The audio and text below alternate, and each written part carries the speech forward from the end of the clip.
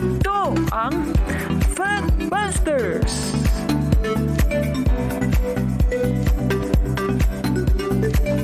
Sa puntong ito ng ating programa, kung hindi ka pa nakasubscribe, pakiclick po ng subscribe button at ang notification bell para updated po tayo sa ating mga susunod na videos.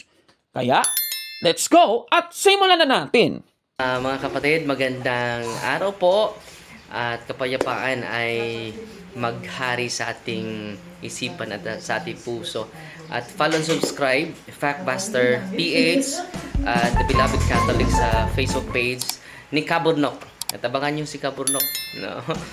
Dahil marami siyang i-reveal na mga maling aral at matutuhanan natin ang katotohanan. Dahil ang katotohanan ay magbigay sa atin ng tunay na kalayaan. God bless!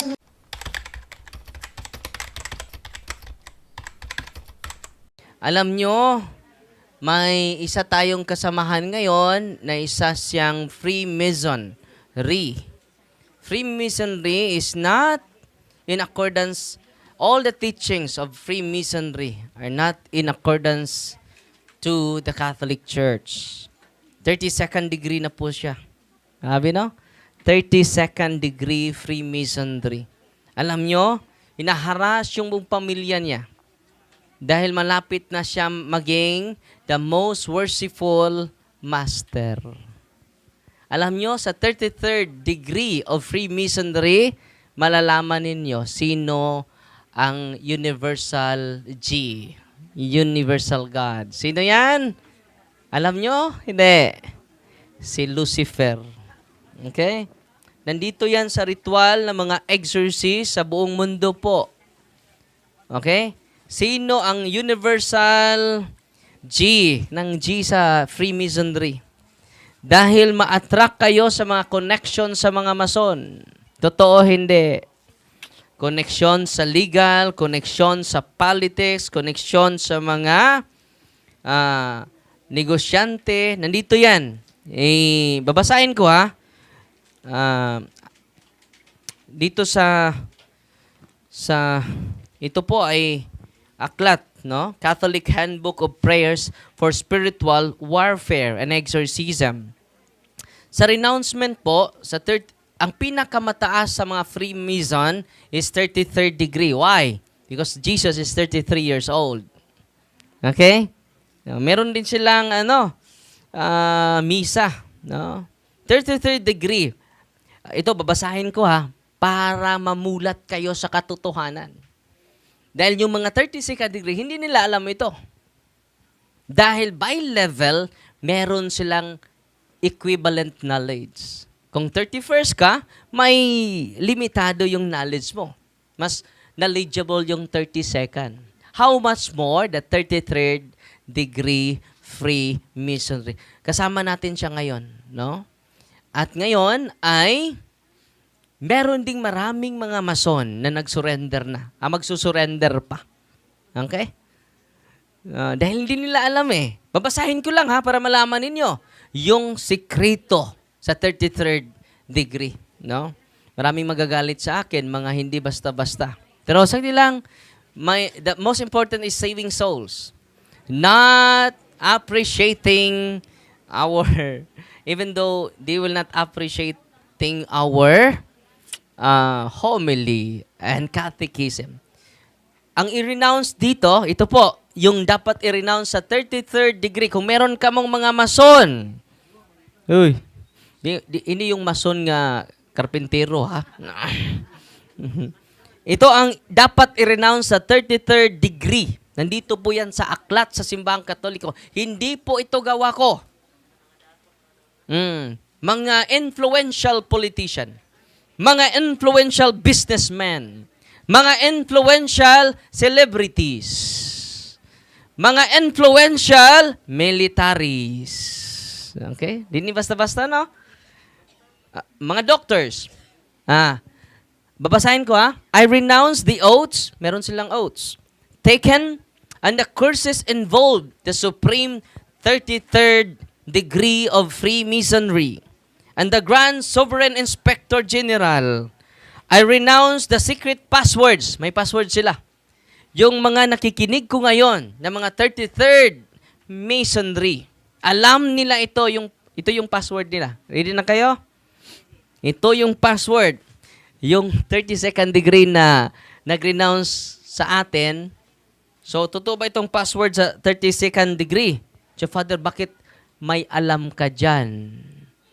Dahil ito po ay aklat ng ating simbahan po. Because the church is the pillar and foundation of truth. Bigyan natin ng papuri ang atong simbahan, mga kapatid. Amen! God is good! Gipangalimutan naman no? Grabe, nakalimut, Father. Sa dila mo na yung makapasantos ninyo ron.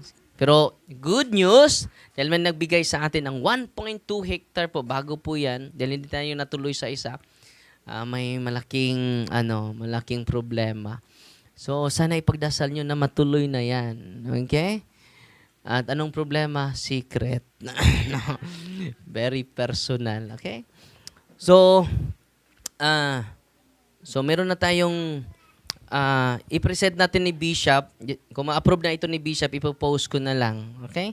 May chapel na tayo, may dormitory din. Para sa mga malayo, meron silang matutuluyan po. Okay?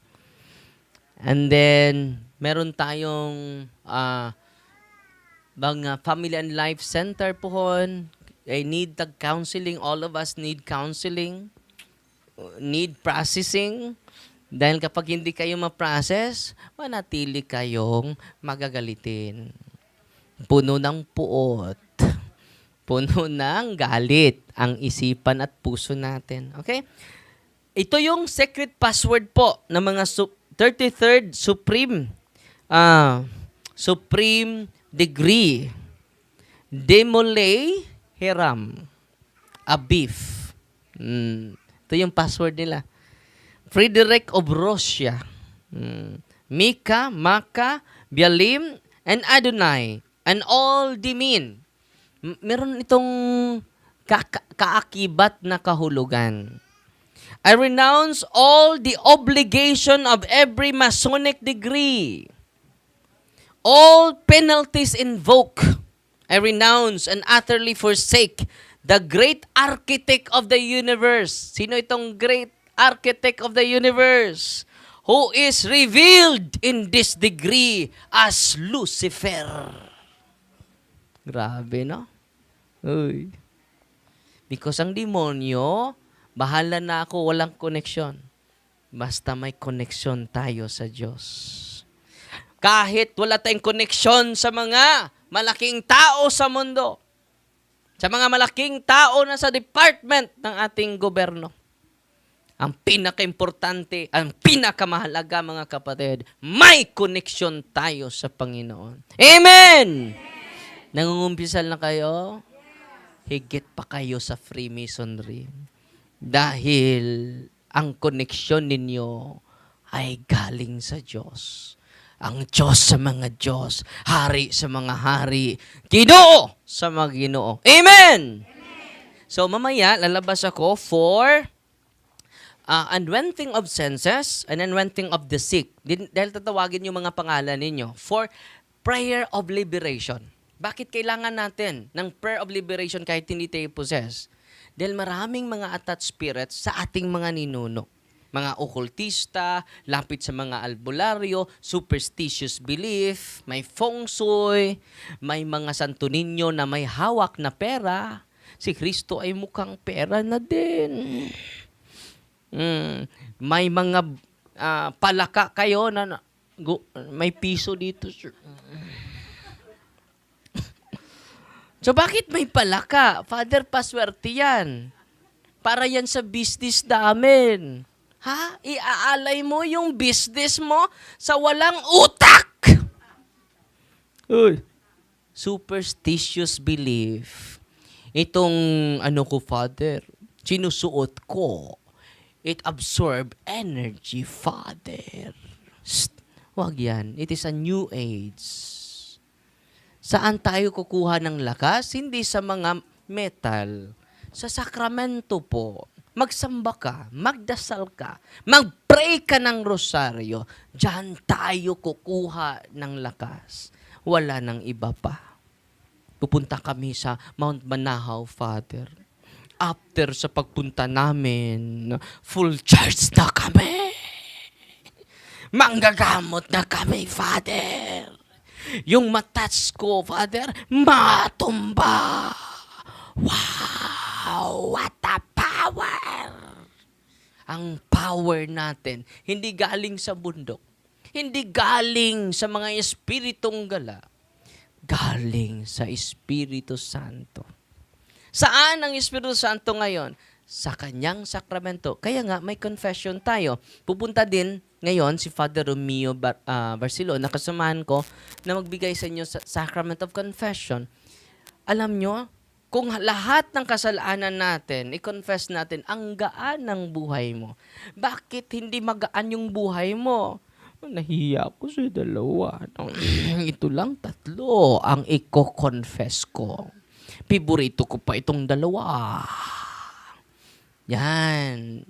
Naging hindi maganda yung buhay natin. Because we never repent our sins. We only regret our sins.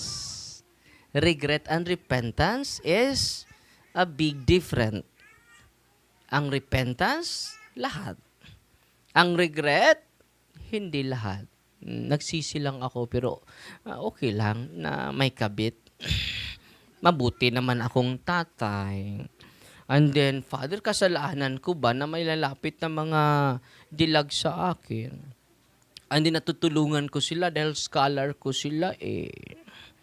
And then, sabi nila, ang buti mo talaga, no? Kahit may asawa siya, no? Kung hindi ako, Father, mabuti sa kanya, no? Naahawa ako sa batang ito. Dahil kung wala ako, paano ang pag-aaral niya? Bot-bot.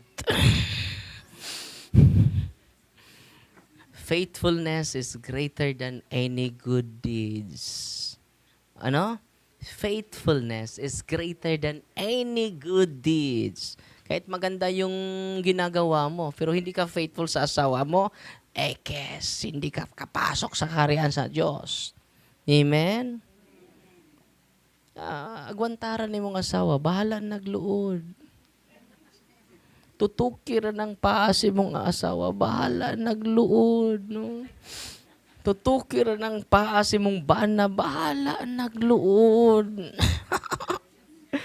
Buon ni makalangit. Mga kapatid, magandang araw po. At kapayapaan ay maghari sa ating isipan at sa ating puso. At follow and subscribe, Factbuster PH, The Beloved Catholic sa Facebook page ni Kaburnok. At abangan nyo si Kaburnok. No? Dahil marami siyang i-reveal na mga maling aral at matutuhanan natin ang katotohanan. Dahil ang katotohanan ay magbigay sa atin ng tunay na kalayaan. God bless! I am Catholic. I am